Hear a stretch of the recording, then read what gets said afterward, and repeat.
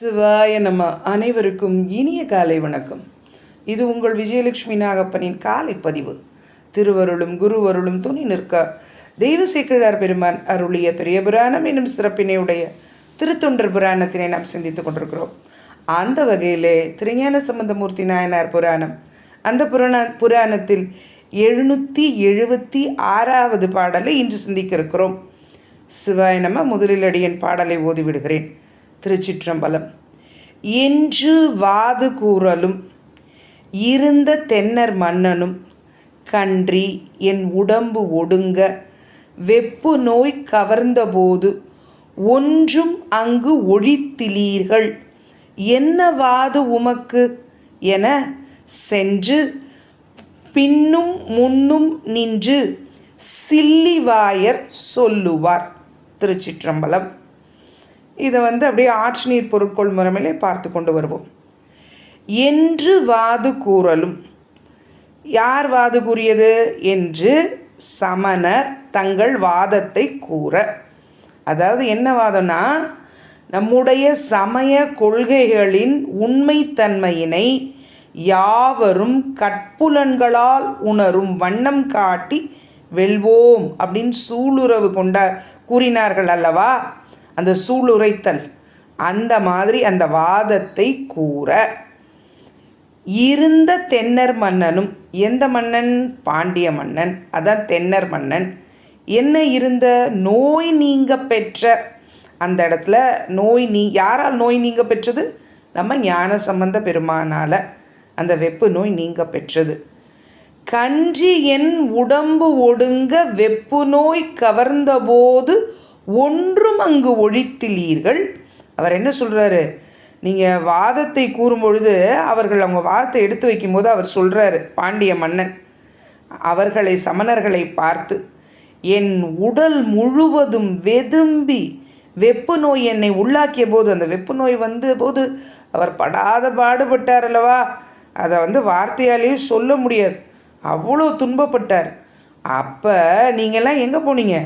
ஒரு சிறிதும் நோயினை தீர்க்காது தோற்றீர்கள். கவர்ந்தபோது ஒன்றும் அங்கு ஒழித்திலீர்கள். ஒன்றும் நீங்கள் செய்யலை. அதை தான் அவர் சொல்கிறார். அந்நோயை தீர்க்காது நீங்கள் தோற்றீர்கள் என்னவாது உமக்கு. கோபமாக கேட்குறான். அதை எப்படி மாற்றி கொண்டு கூட்டி அன்வயப்படுத்தி கொண்டு கூட்டணும். எப்படின்னா, என்னவாது உமக்கு. உமக்கு என்னவாது?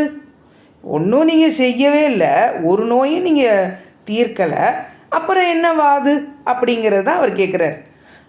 அந்நோயை தீர்க்காது நீங்கள் தோற்றீர்கள், ஆதலால் இனி உங்களுக்கு இதில் வாது என்ன இருக்கின்றது என்று சொல்ல என்று கூற, சென்று பின்னும் முன்னும் நின்று சில்லிவாயர் சொல்லுவார்.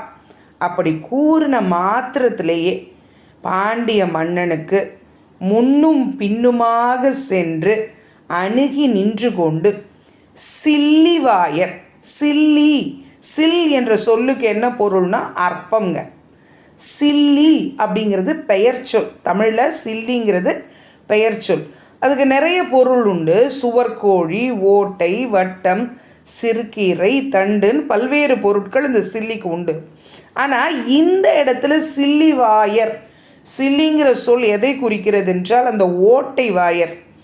அவங்க ஓட்டை வாயம் நிறைய நம்ம கேள்விப்பட்டிருப்போம்ல. சில பேர் சொல்லும்போது அவங்க ஒரு ஓட்டை வாய்ங்கம்பாங்கள்ல, அதுபோல் இவர்கள் யாராம்? ஓட்டை வாயர்களான சமணர்கள் அவ்வாறு கூறுவார்களாய் அப்படின்னு பொருள் வருதுங்க. சில்லி நம்ம ஆங்கிலத்தில் கூட சிலி அப்படின்னு வரும். அது எப்படி சொல்லுவாங்க? SILLY அப்படின்னு அதை இது பண்ணுவாங்க. அதுக்கு என்ன பொருள்னா முட்டாள்தனமாக. கிட்டத்தட்ட எல்லாம் ஒரு பொருளாக தான் வருது. இங்கே ஆங்கில வழியில் நம்ம பார்த்தாலும் இது தமிழ் சொல் தான் சில்லிங்கிறது. இந்த இடத்துல அது பெயர் சொல் ஓட்டைவாயர் என்ற பொருளிலே வருகிறது என்று சொல்லி இந்த அளவில் இந்த திருப்பாடலை நாம் சிந்தித்திருக்கிறோம். இறைவனுடைய திருவருள். சிவாய நம. தென்னாடுடைய சிவனே போற்றி, எந்நாட்டவர்க்கும் இறைவா போற்றி. ஓம் நம சிவாய. இன்றைய நாள் நமக்கு சிவ மங்களங்களை நல்கும் நல்லதொரு நாளாக அமைய வேண்டும். தென்னாடுடைய சிவன்